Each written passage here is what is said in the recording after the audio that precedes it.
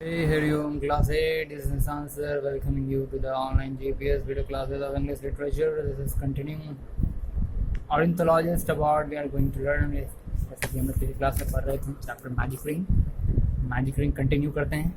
पिछली क्लास में हम लोग यहाँ तक पढ़े थे। ओके, कमॉन, जैसे कि मुंबई डॉक्टर सलीम अली मुंबई गए, मुंबई में उन्हें ट्रेनिंग मिली, हेलोलैंड जर्मनी से उन्हें ट्रेनिंग प्राप्त किया। had given Helgoland bird ringing camps and Helgoland, Germany had given very useful training. A few trial bird ringing camps around Mumbai and their results showed that it should be done on large scale. अब कुछ trial हुई मुंबई में bird ringing camps को लेकर के। मुंबई में बहुत सारी ट्रायल हुई जिनका परिणाम यह बतलाया कि इस अरेंजमेंट को बर्ड रिंगिंग कैंप्स इस अरेंजमेंट को बहुत ही बेनिफिशियल अरेंजमेंट था टू प्रिवेंट। क्यों था आपको बाद में पता चलने वाला है। इसे एक बड़े स्तर पर किया जाना चाहिए था बल्कि ना हो सका because there was a problem of money. पैसों की समस्या के कारण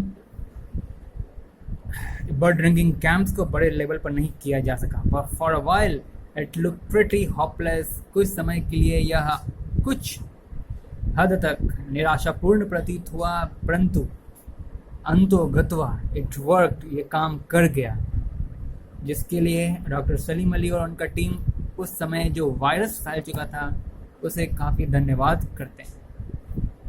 बिल्कुल एक वायरल डिजीज़ का वहाँ आक्रमण हो चुका था। कहाँ? मुंबई में and near very Karnataka, Shimoga district of Karnataka में एक वायरस का आक्रमण हो गया था और उसी एक वायरल डिजीज के कारण उनका वह बर्ड रिंगिंग कैंप वाला जो प्रोजेक्ट था वो काफ़ी सफल हो गया।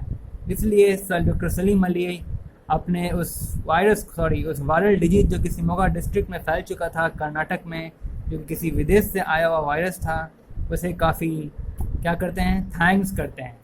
अब बताते हैं वो वायरस क्या है, कहाँ से आया, क्या चीज़ था जिसने बर्ड रिंगिंग कैंप्स को फीडबैक दिया, इन्हांस किया, उस अरेंजमेंट्स की ज़रूरत को बढ़ा दिया। Thanks to that viral diseases by doctor Salim Ali, a strange viral diseases had broken out in the Shimoga district of Karnataka के शिमोगा डिस्ट्रिक्ट में एक बहुत ही अजीबोगरीब संक्रामक बीमारी फैल चुकी थी and was affecting humans and monkey, जो कि मानवों और बंदरों को पूरी तरह से प्रभावित किया था। It was new to Indian doctors and no one could figure out exactly what it was. ये भारतीय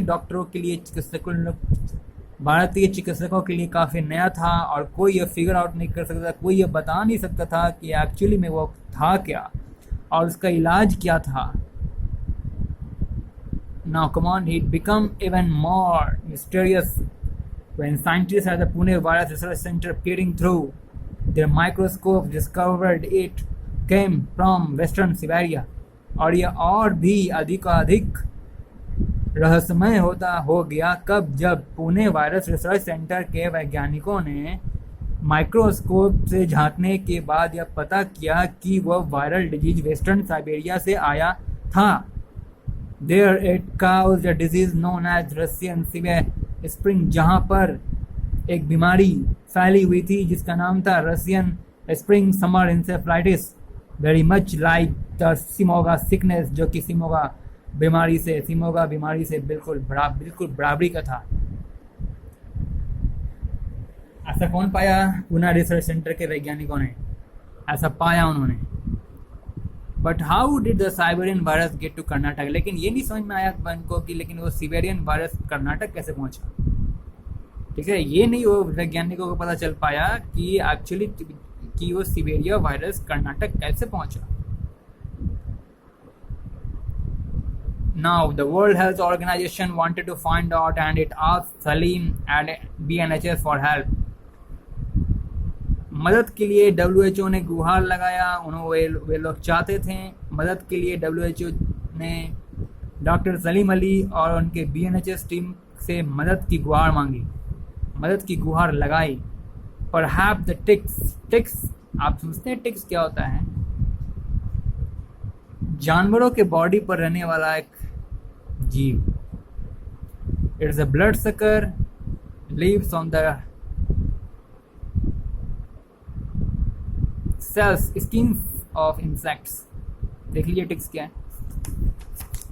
खून चूसने वाला, जानवरों के शरीर में रहकर खून चूसता है. ब्लड सकिंग इंसेक्ट, देखिए लिखा हुआ है. It is a blood sucking insects found in animals और बर्ड्स, है ना.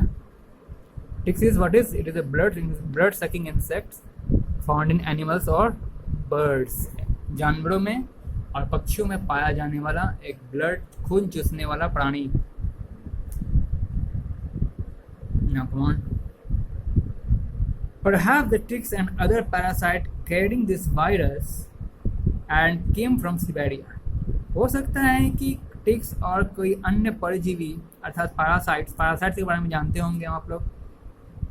An organism that feed on other plants or animals.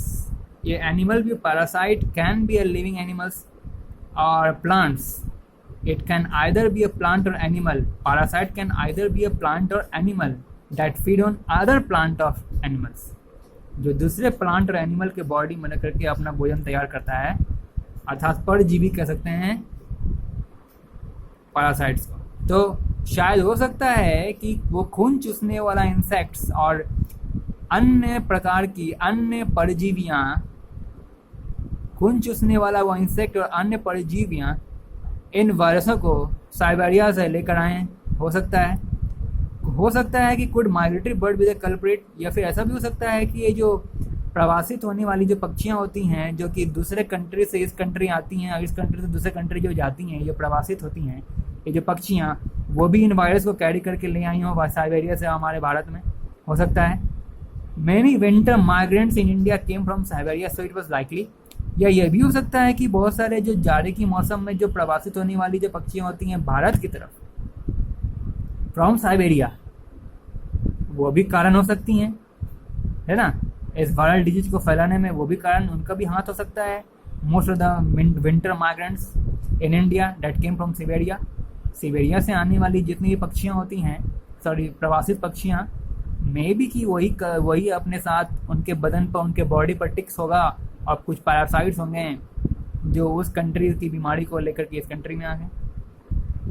ठीक है, ऐसा अनुमान लगाया जा रहा था वर्ल्ड हेल्थ ऑर्गेनाइजेशन के माध्यम से और डॉक्टर सलीम अली उनकी टीम BNHS के द्वारा. Well, Salim was only too happy to find out and he was invited to a WHO meeting in Geneva to make all the arrangements. इसलिए डॉक्टर सलीम अली काफ़ी खुश थे कि ये वायरल डिजीज उनके प्रोजेक्ट्स को एनहांस करने में मदद किया. उनका जो बर्ड रिंगिंग था, बर्ड क्लैंपिंग क्या था, डेट वाज बर्ड रिंगिंग था. उनका जो बर्ड रिंगिंग प्रोजेक्ट्स था, उसको इस वायरल डिजीज ने इस परेशानी ने बढ़ावा देने का काम किया. इसलिए सलीम अली काफ़ी खुश थे और जैसा कि उन्हें WHO के द्वारा आमंत्रण भी मिला एक मीटिंग में जेनेवा में, जो कि कहाँ हुआ, जेनेवा में, to make all the arrangement, सारे अरेंजमेंट, वो सारे बर्ड रिंगिंग अरेंजमेंट करने की सारी उन्हें आज़ादी दे दी गई, स्वतंत्रता दे गई कि जाओ आप कर सकते हो जो आप करना चाह रहे थे. एंड इन दिस वे, और इस तरह से बर्ड रिंगिंग और बर्ड बैंडिंग भी कहते हैं, बिगैन भारत में शुरुआत हो गई. इसी प्रकार से और इस तरह से बर्ड रिंगिंग और बर्ड बैंडिंग की शुरुआत भारत में हुई. Salim and his team would certainly collect ticks and other parasites for WHO. निश्चित तौर पर सलीम और उसके अन्य साथियों ने उस खून चूसने वाले इंसेक्ट्स और अन्य परजीवियों को चुना WHO के लिए.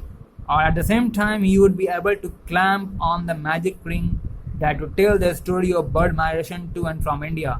और उसी वक्त वे सक्षम रहें पक्षियों के पैर में रिंग को, मैजिक रिंग को क्लैम्प करने के लिए, जो कि यह बतलाता है, जो कि यह सूचक होता है कि यह कोई पक्षी किस कंट्री से माइग्रेट करके हमारे कंट्री में आया होता है. ठीक है, आगे बढ़ते हैं. First of all, the first area chosen for setting up a bird ringing camp was the Rann of Kutch. सर्वप्रथम बर्ड ड्रिंकिंग कैंप के लिए जिस स्थान का चुनाव किया गया उनके द्वारा वो कौन सा? गुजरात का रन ऑफ कच्छ था। आप बताइए रन ऑफ कच्छ क्यों? Why of all places the comfortable desert run of Kutch? क्यों अन्य स्थानें क्यों नहीं चुनी गई? ये अनकंफर्टेबल, ये कच्छ की मरुभूमि जो कि बिल्कुल अनकंफर्टेबल होती है, उसे ही क्यों चुनी गई? Many of our winter bird visitors come from northwestern lands like eastern Europe and Siberia.